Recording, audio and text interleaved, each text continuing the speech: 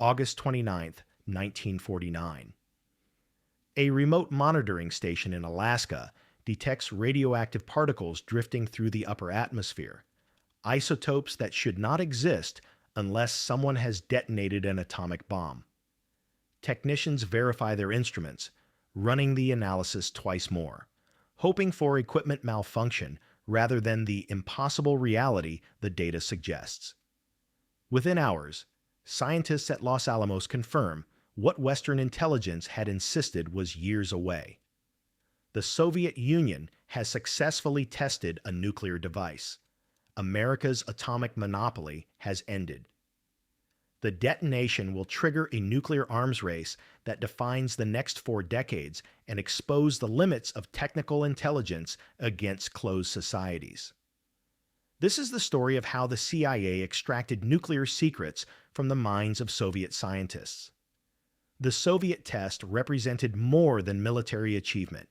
It embodied decades of research conducted behind absolute secrecy, involving thousands of physicists whose names Western intelligence barely knew. The Manhattan Project had operated in relative openness, with scientists publishing papers and attending conferences. The Soviet nuclear program existed in complete isolation. Entire cities built for weapons research disappeared from maps, their populations forbidden from acknowledging their existence. Guards, informants, and multiple security layers ensured no information leaked beyond the perimeters. What followed was not just a race to build more bombs. It became an intelligence war to understand exactly what the other side knew. The secrets the CIA needed existed not in filing cabinets, but in the minds of scientists who carried their nation's nuclear knowledge in their heads. Western intelligence knew the bombs existed. Reconnaissance aircraft had photographed test sites. Seismographs had recorded detonations. Atmospheric sampling confirmed successful fission reactions. Yet critical details remained hidden. How many warheads had the Soviets produced?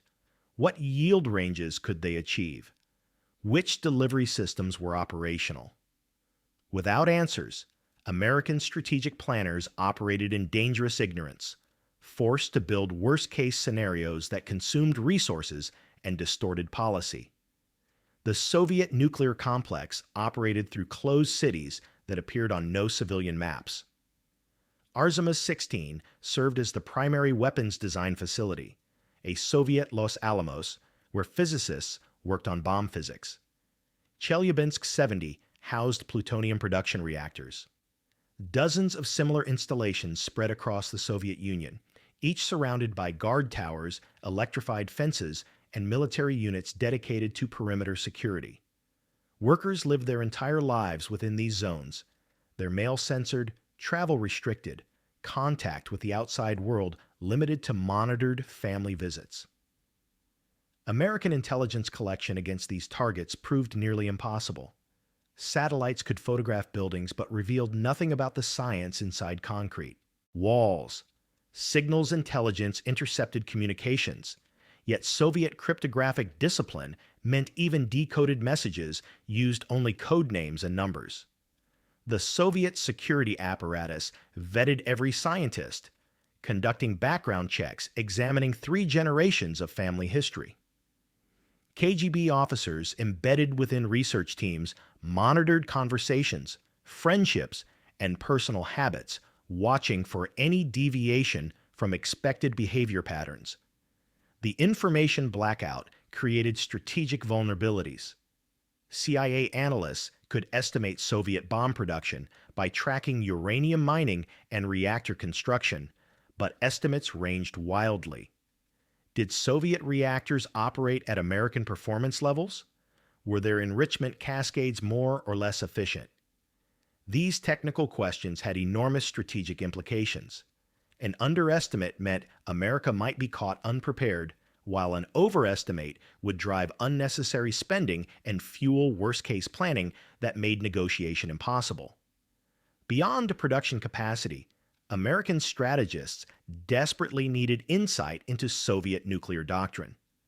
Western military planning assumed nuclear weapons existed primarily as deterrents, civilization-ending tools whose very existence prevented their use. Did Soviet leadership share this view? Or did they see nuclear weapons as tactical instruments employable in conventional warfare? Without understanding how Moscow thought about these weapons, American force planning operated in a strategic fog that made miscalculation dangerously likely. By 1953, Stalin's death created the first genuine opportunities. The succession struggle introduced uncertainties into the Soviet security apparatus. Beria's brief ascendancy and subsequent execution disrupted KGB operations as officers scrambled to position themselves for whatever regime emerged victorious. Khrushchev's eventual consolidation brought policy shifts including limited engagement with the West and carefully controlled scientific exchanges. For the first time, Soviet scientists began attending international conferences where Western intelligence officers could observe them directly. The CIA established elaborate protocols for making contact. Officers posing as academics attended conferences, looking for scientists whose behavior suggested vulnerabilities. They studied seating patterns, noting which Soviet delegates seemed isolated from colleagues. They monitored bar conversations, identifying scientists who drank heavily or expressed frustrations after alcohol loosened their restraint. They tracked which delegates explored host cities rather than remaining with their handlers, interpreting even minor deviations from group discipline as possible signs of independent thinking. This patient surveillance generated lists of names that CIA analysts cross-referenced against whatever information existed about Soviet nuclear personnel.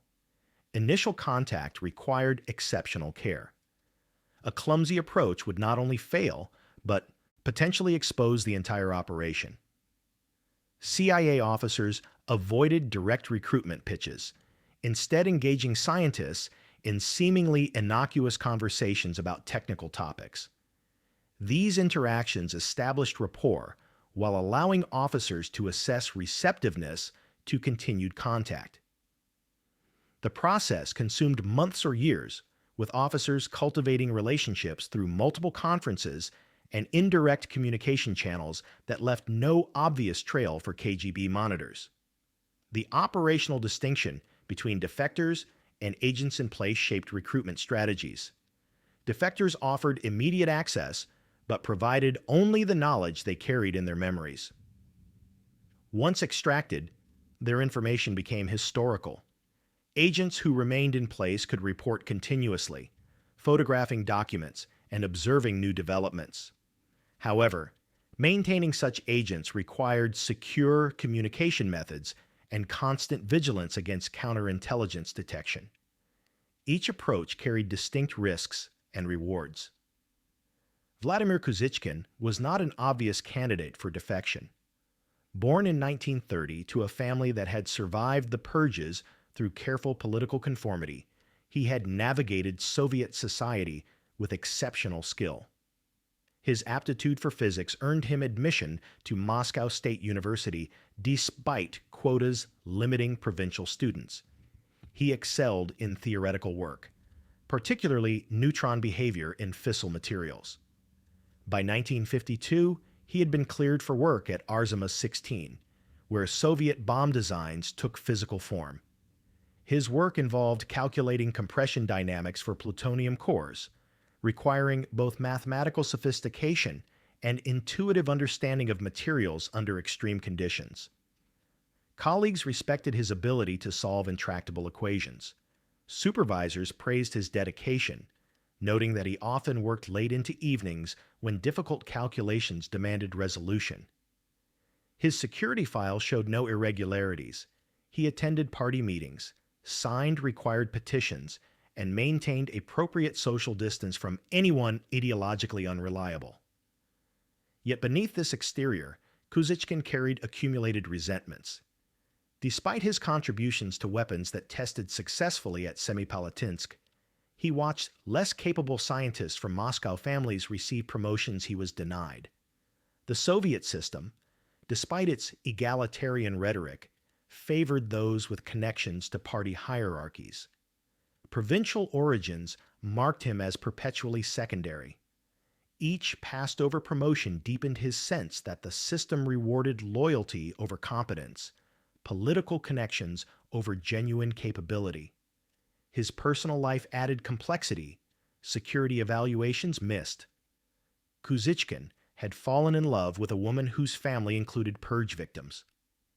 The relationship wasn't prohibited, but her background created scrutiny that made their future uncertain. Her father's execution for alleged anti-Soviet activities, though posthumously attributed to false, accusations during Beria's excesses remained part of her permanent record. Marrying her would limit his career prospects further, adding another layer to the ceiling already imposed by his provincial birth. The decision paralyzed him, creating a psychological vulnerability that would prove exploitable. American intelligence first identified Kuzychkin through routine analysis of Soviet scientific literature. His name appeared in a 1955 paper on neutron multiplication theory that revealed mastery of weapons-relevant concepts. CIA analysts cross-referenced the name against intercepted communications and defector debriefings, gradually building a profile suggesting he worked within Arzama 16's core design team. Investigation revealed his provincial background, stalled career, and eventually his romantic relationship with a purge victim's daughter. The approach came through a Polish physicist who attended international conferences and maintained relationships with Soviet scientists. This CIA asset made initial contact during a Warsaw symposium in late 1956, engaging Kuzychkin in conversation while observing his demeanor. Over subsequent months, the relationship deepened through orchestrated encounters that seemed coincidental.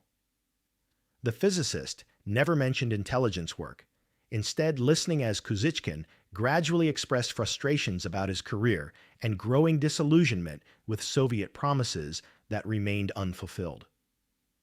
By early 1958, CIA believed Kuzychkin might be receptive. An officer under academic cover met him privately in East Berlin, revealing American interest in a mutually beneficial arrangement. The officer spoke carefully, avoiding explicit discussion of espionage while making clear that the United States could offer financial security, professional recognition without artificial limits, and escape from the constraints limiting his life. The conversation lasted under 20 minutes, ending with Kuzychkin neither accepting nor refusing but agreeing to consider the proposal.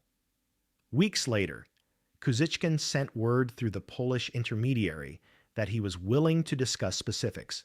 His willingness to continue contact represented a crucial threshold crossed. Scientists who reported recruitment attempts did so immediately, understanding that delay only deepened their complicity. The second meeting occurred in Prague, where Kuzychkin laid out his conditions. He would defect only if CIA guaranteed his lover's safe extraction along with her mother. This demand complicated everything, requiring forged documents, bribed officials, and timing with minimal error margin. Yet CIA officers recognized that without this guarantee, Kuzychkin would never commit fully. Planning required coordination across multiple CIA branches. The Directorate of Operations took the lead, but technical specialists from the Office of Scientific Intelligence contributed assessments of what information Kuzychkin could realistically access. The challenge involved timing. Kuzychkin's work schedule followed rigid patterns that security services monitored carefully. The solution emerged from Soviet practice of sending scientists to Eastern European conferences. If Kuzychkin secured approval to attend a symposium, he would be outside Soviet borders with plausible cover for several days. The defection would occur during that window. Communication relied on protocols designed to avoid KGB detection. Dead drops in Prague allowed document transfers without face-to-face meetings. Kuzychkin would leave film canisters containing photographed blueprints in predetermined locations, hollow spaces behind loose bricks, under park benches marked with chalk symbols, inside public restroom cisterns. CIA officers would retrieve materials hours later, replacing them with instructions. This system functioned for months, with Kuzychkin providing increasingly valuable intelligence while maintaining his normal work routine to avoid arousing suspicion. The family extraction presented equal obstacles. His lover lived in Gorky, a closed city foreigners could not enter without rare special permits. CIA arranged forged documents authorizing travel to Odessa, ostensibly for family matters. The forgeries had to be perfect. Any inconsistency in stamps or administrative numbers would trigger questions that could escalate into arrest. From there, the women would board a ship to Constanta in Romania, where CIA officers would meet them. Each step carried risks. Border guards might scrutinize papers too closely. KGB officers might flag their names against watch lists. Training Kuzychkin in basic espionage tradecraft occurred during brief meetings in Eastern European safe houses. He learned to operate a Minox camera, photographing documents under time pressure while ensuring adequate lighting and focus, skills that seemed simple in training but became nerve-wracking when practiced in his office, with guards patrolling corridors outside. He memorized recognition signals for dead drops and emergency protocols if he suspected surveillance. CIA officers drilled him on interrogation resistance techniques, though everyone understood that if KGB arrested him before defection, no amount of training would prevent them from extracting everything he knew. The interrogations would be methodical, brutal, and ultimately successful. Contingency plans addressed dozens of potential failure points. If Kuzychkin was arrested during document photography, CIA would immediately extract his family through emergency protocols that bypassed normal procedures in favor of speed. If the family extraction failed, Kuzychkin would still defect alone, accepting that he might never see his lover again. If East German security services detected the defection attempt, CIA had backup routes through West Berlin. If everything collapsed simultaneously, agents would go to ground and wait for opportunities to rebuild the operation. By summer 1958, all pieces were positioned. Kuzychkin had secured approval to attend a Leipzig conference, providing legitimate reason for his presence in East Germany. His lover and her mother had obtained forged documents and begun their journey toward Romania, using cover stories about factory employment that would hold up under routine inspection. CIA officers waited in Leipzig and Constanta. The operation was beyond recall.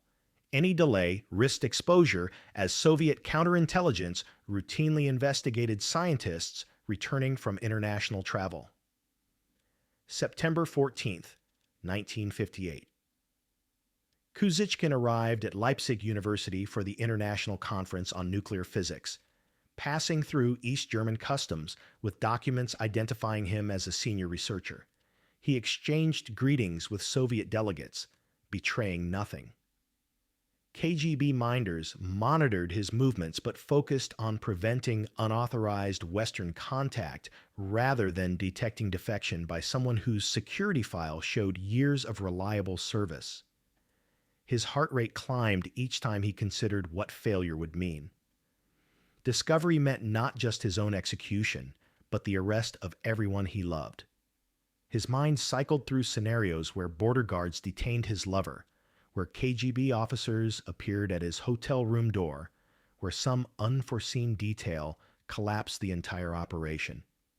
Sleep became difficult. He lay awake at night, listening to footsteps in the corridor, imagining each one belonged to security services coming to arrest him, heart pounding until the steps passed and faded into silence. On September 16th, Kuzychkin attended a morning symposium, checking his watch against CIA's timeline. His lover and her mother should be crossing into Romania at that precise moment, showing their forged documents to border guards who might or might not examine them carefully. Everything depended on timing synchronized across hundreds of miles with no ability to communicate if something went wrong. At 11 o'clock, he excused himself claiming illness, a stomach ailment that conference food sometimes caused, nothing serious but requiring rest. Soviet minders noted his departure but showed no alarm.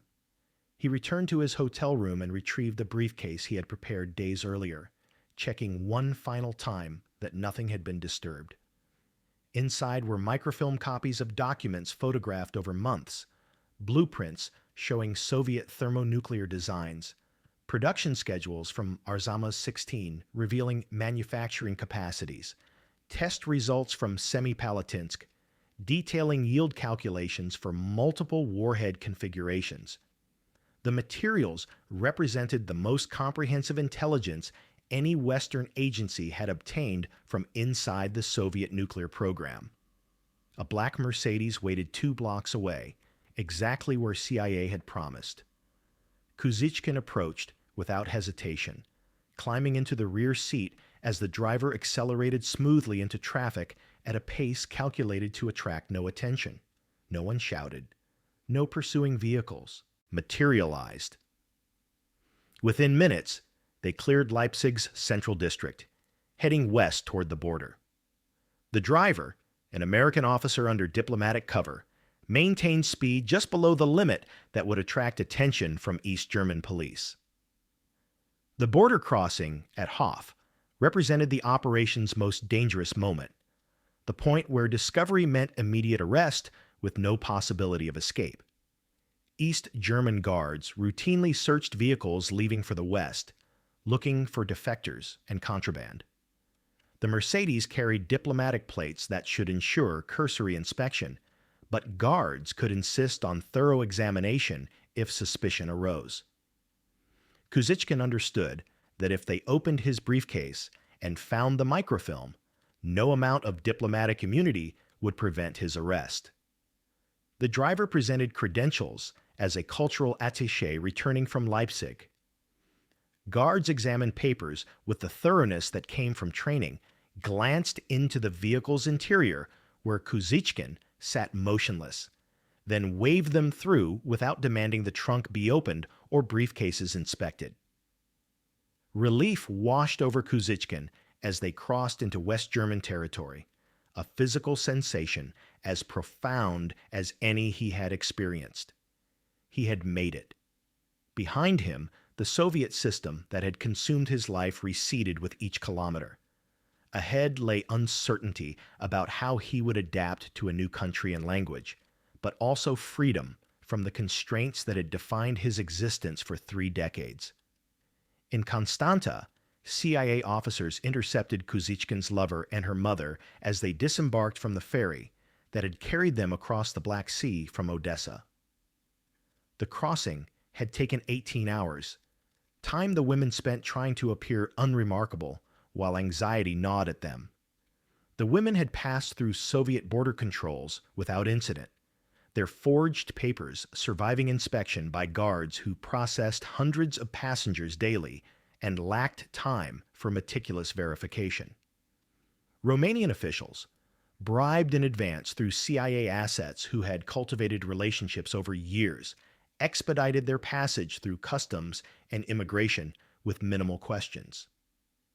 Within hours, they sat in a safe house on the city's outskirts, drinking tea while officers explained that Kuzychkin had successfully reached West Germany. The operation had succeeded on both fronts simultaneously, a coordination that required exceptional planning and considerable luck. CIA moved Kuzychkin to a secure facility outside Munich, specializing in defector debriefing and resettlement. American nuclear scientists arrived within 24 hours, barely concealing their eagerness to examine the materials he had brought. The briefcase was opened with appropriate security protocols, its contents photographed and cataloged before the originals were secured in safes. What they found exceeded even optimistic expectations. Kuzychkin had not just smuggled out random documents. He had systematically collected materials over months that addressed the most critical intelligence gaps in American understanding of Soviet nuclear capabilities. The debriefing began immediately and would continue for weeks, with Kuzychkin spending 12 hours daily answering questions about documents he had provided and filling gaps with knowledge carried in memory. Nuclear physicists asked about plutonium core compression techniques and the mathematical models Soviet scientists used to predict weapon behavior. Scientists wanted details on triggering mechanisms and the precise timing sequences that initiated fission reactions. Intelligence officers sought information about security protocols at Arzamas 16 and personnel who might be vulnerable to recruitment for future operations. Kuzychkin answered methodically, understanding that his value to CIA and his future security in the United States depended on the completeness of his cooperation.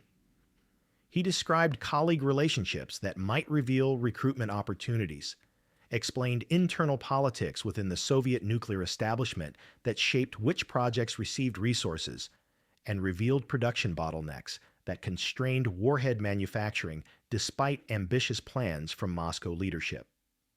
Design blueprints showed engineering approaches differing fundamentally from American methods. Production schedules revealed Soviet warhead manufacturing occurred at rates higher than CIA estimates had suggested, but still constrained by technical limitations. Test results demonstrated yield ranges that confirmed Soviet weapons had reached sophistication levels Western analysts believed were years away. The documents revealed Soviet thermonuclear design had followed a fundamentally different path than American approaches. Rather than persist with radiation implosion difficulties after Klaus Fuchs provided wartime intelligence, Soviet engineers under Andrei Sakharov developed the layer cake design, alternating layers of lithium deuteride fusion fuel with uranium tamper material. This configuration achieved thermonuclear yields through different physical mechanisms, less efficient than the Teller-Ulam approach, but more forgiving of manufacturing tolerances and quality control variations. Soviet designs reflected engineering pragmatism rather than theoretical elegance. American weapons demanded precision machining within tolerances measured in microns and tight quality control to ensure symmetrical implosion.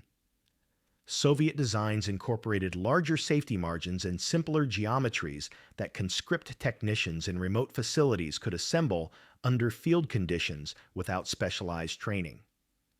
The warheads were heavier and bulkier than American equivalents, limiting numbers per missile or bomber and reducing their strategic flexibility, but functioned reliably despite construction standards that would horrify American quality inspectors accustomed to aerospace-level precision.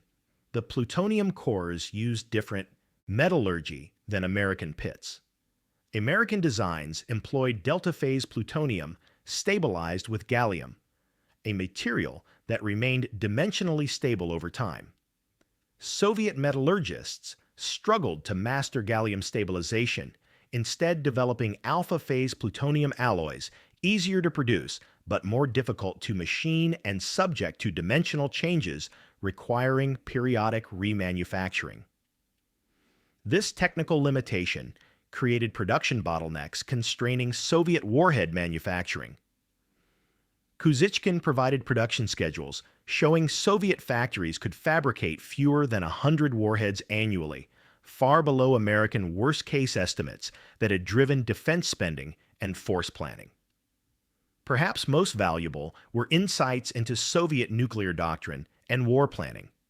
Documents included war plans showing Soviet strategists envisioned nuclear weapons as tools employable early in conventional conflicts rather than weapons of last resort held back for civilization-ending retaliation.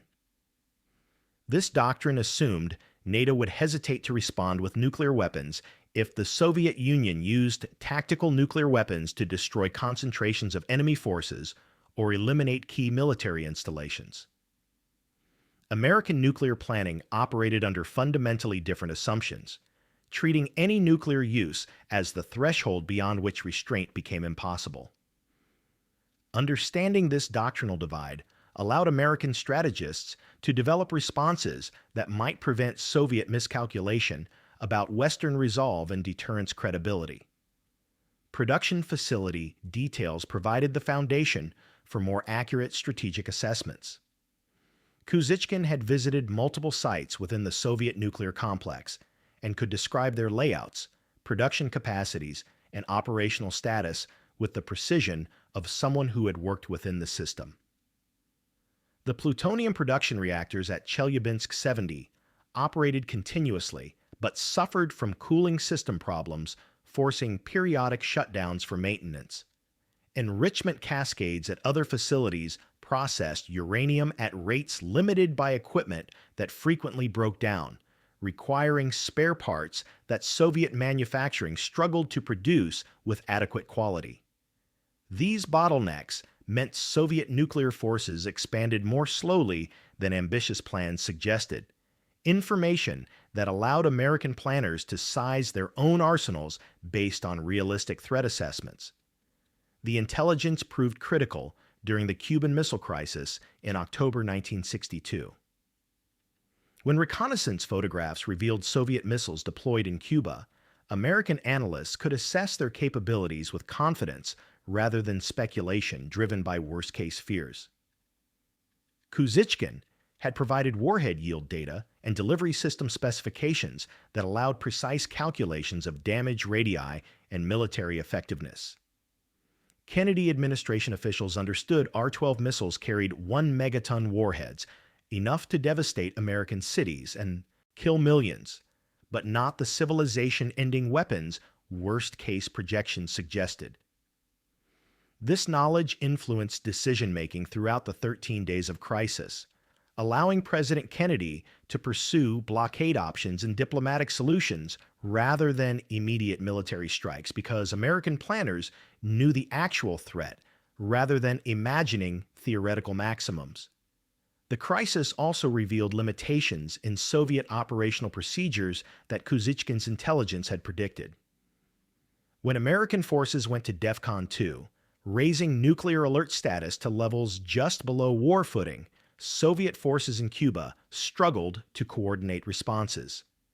The prescriptive procedures that worked adequately during peacetime exercises broke down under stress, with Soviet commanders uncertain whether to follow standing orders or await instructions from Moscow. American intelligence officers monitoring Soviet communications detected confusion that confirmed what Kuzychkin had described about operators trained to follow checklists rather than exercise independent judgment. Arms control negotiations benefited directly from intelligence that eliminated information asymmetries between superpowers. When strategic arms limitation talks began in the late 1960s, American negotiators could discuss force levels and capabilities from positions of genuine knowledge rather than speculative projection. Soviet negotiators assumed Americans operated with incomplete information, leading them to make claims about arsenal size and composition that American intelligence knew were exaggerated. The ability to call out Soviet misrepresentations without revealing sources gave American diplomats leverage that shaped eventual agreements in ways that better served Western security interests. Strategic force planning shifted fundamentally once CIA possessed accurate intelligence about Soviet capabilities and limitations. Defense Department officials had previously sized American nuclear arsenals to counter worst-case scenarios that assumed Soviet warhead production proceeded without constraint and Soviet forces operated with perfect efficiency. Kuzychkin's intelligence revealed production bottlenecks, maintenance requirements that removed warheads from operational status periodically, and operational limitations suggesting Soviet forces were smaller and less capable than paranoid projections assumed. This allowed more rational force planning that avoided the spiral of escalating deployments driven by mutual ignorance. News of Kuzychkin's disappearance reached KGB headquarters in Moscow within 72 hours of his scheduled return from Leipzig. Initial confusion transformed into institutional fury as investigators discovered the scope of his betrayal. His laboratory workspace showed signs of after-hours document access. Film developing equipment hidden in his apartment suggested he had been photographing classified materials for months. Soviet officials immediately began assessing what he could reveal to Western intelligence. His defection represented not just the loss of one scientist, but the potential exposure of years of weapons development. Security procedures at all nuclear facilities underwent immediate revision. Travel restrictions tightened, with approval for international conferences requiring endorsement from multiple oversight bodies. Scientists with access to weapons data faced enhanced monitoring, including surveillance extending beyond work hours into personal relationships. The investigation consumed dozens of scientists whose only crime was association with Kuzychkin. Their careers ended by connection to a traitor. Vladimir Kuzychkin settled into his new life in the United States under an assumed identity that CIA constructed with careful attention to creating a plausible background. CIA provided financial support, exceeding what Soviet scientists earned even at senior levels. A house in a suburb of a mid-sized city far from major population centers, and assistance navigating a society whose language and customs remained foreign despite months of intensive instruction. His technical expertise found employment at a defense contractor working on classified projects, allowing him to contribute to American weapons programs while maintaining the cover story that he was a Polish refugee with physics training. His lover and her mother joined him after CIA completed their extraction from Europe and arranged documentation for legal residence. They too faced the challenge of starting over in middle age, learning a new language, and adapting to a culture fundamentally different from Soviet life in ways large and small. His lover studied nursing through a training program CIA helped arrange, eventually finding work at a local hospital where her accent marked her as foreign, but raised no particular suspicion. Her mother struggled more with the transition, never fully mastering English beyond basic phrases, and spending her final years mourning the homeland she could never revisit and the extended family she would never see again. The psychological toll of exile weighed heavily on all of them, a price paid for security and freedom. Kuzychkin's successful defection inspired CIA to pursue similar operations with renewed urgency and additional resources. Throughout the late 1950s and 1960s, additional Soviet scientists were recruited through patient cultivation, some defecting openly, while others remained in place as agents who reported for years before exfiltration or discovery. Oleg Penkovsky, a GRU colonel with access to strategic missile programs, provided intelligence complementing what Kuzychkin revealed about warheads, filling gaps about delivery systems and targeting doctrine. Penkovsky photographed thousands of pages of documents during his brief career as a Western agent before KGB arrested him in 1962 following a counterintelligence investigation. His execution by firing squad sent renewed warnings through the Soviet scientific establishment about the costs of betrayal. Within CIA, Kuzychkin's case became legendary, studied as a model for successful recruitment and extraction under conditions offering minimal margin for error. Training courses analyzed every phase of the operation, from initial identification through defection execution, identifying lessons applicable to future operations. The case demonstrated that even the most secure systems remained vulnerable to human exploitation, that scientists motivated by grievances or disillusionment could be turned despite knowing the consequences, and that patient cultivation over years could yield results. Technical collection methods could never match. The CIA's campaign to extract nuclear secrets demonstrated that in the shadow war between superpowers, the most sophisticated weapons systems could be compromised through the oldest intelligence technique: convincing someone to betray their country for reasons of personal grievance, ideological disillusionment, or calculation of self-interest. Kuzychkin's defection and the documents he provided gave American intelligence agencies knowledge that technical collection could never match. Satellites photographed buildings, but could not reveal the thoughts of engineers working inside them or the constraints under which they operated. Signals intercepts captured communications, but missed the context and institutional dynamics that only human sources could provide. The documents he smuggled west and the knowledge he carried in memory filled gaps that had plagued American strategic planning since the 1949 Soviet test. The operation's legacy extended beyond the immediate intelligence value. Arms control negotiations became possible once both sides operated from genuine knowledge rather than paranoid speculation about capabilities and intentions. The Cuban Missile Crisis unfolded with American decision-makers understanding actual Soviet capabilities instead of imagining worst-case scenarios that existed only in fevered projections. Strategic force planning became more rational, sized to counter real threats rather than theoretical maximums that would have driven an even more dangerous arms race. Vladimir Kuzychkin lived quietly in suburban America until his death from heart disease in 1997, rarely speaking about his role in one of the Cold War's most consequential intelligence operations, even to those closest to him.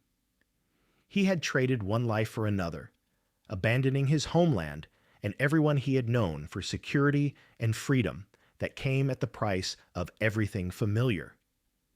Whether he ever regretted that choice remained private, a question he took to his grave.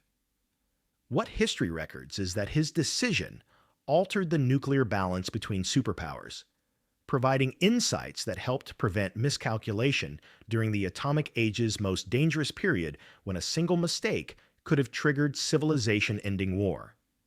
The secrets he revealed proved that sometimes the most powerful weapon in preventing nuclear catastrophe was simply accurate knowledge about what the other side actually possessed rather than what terrified imaginations projected. Thank you for watching this story until the end. The CIA's campaign to extract nuclear secrets from Soviet scientists remains one of the most critical intelligence operations in history, proving that sometimes the greatest victories are won not on battlefields, but in the shadows where patient work over years can change the strategic balance between nations. If you found this story captivating, please share it with others who appreciate untold history and the human stories behind Cold War intelligence operations. Subscribe to our channel and hit that notification bell so you never miss our next deep dive into the hidden operations that shaped our world. Your support helps us bring these remarkable stories to light. Until next time, stay curious about the secrets that changed history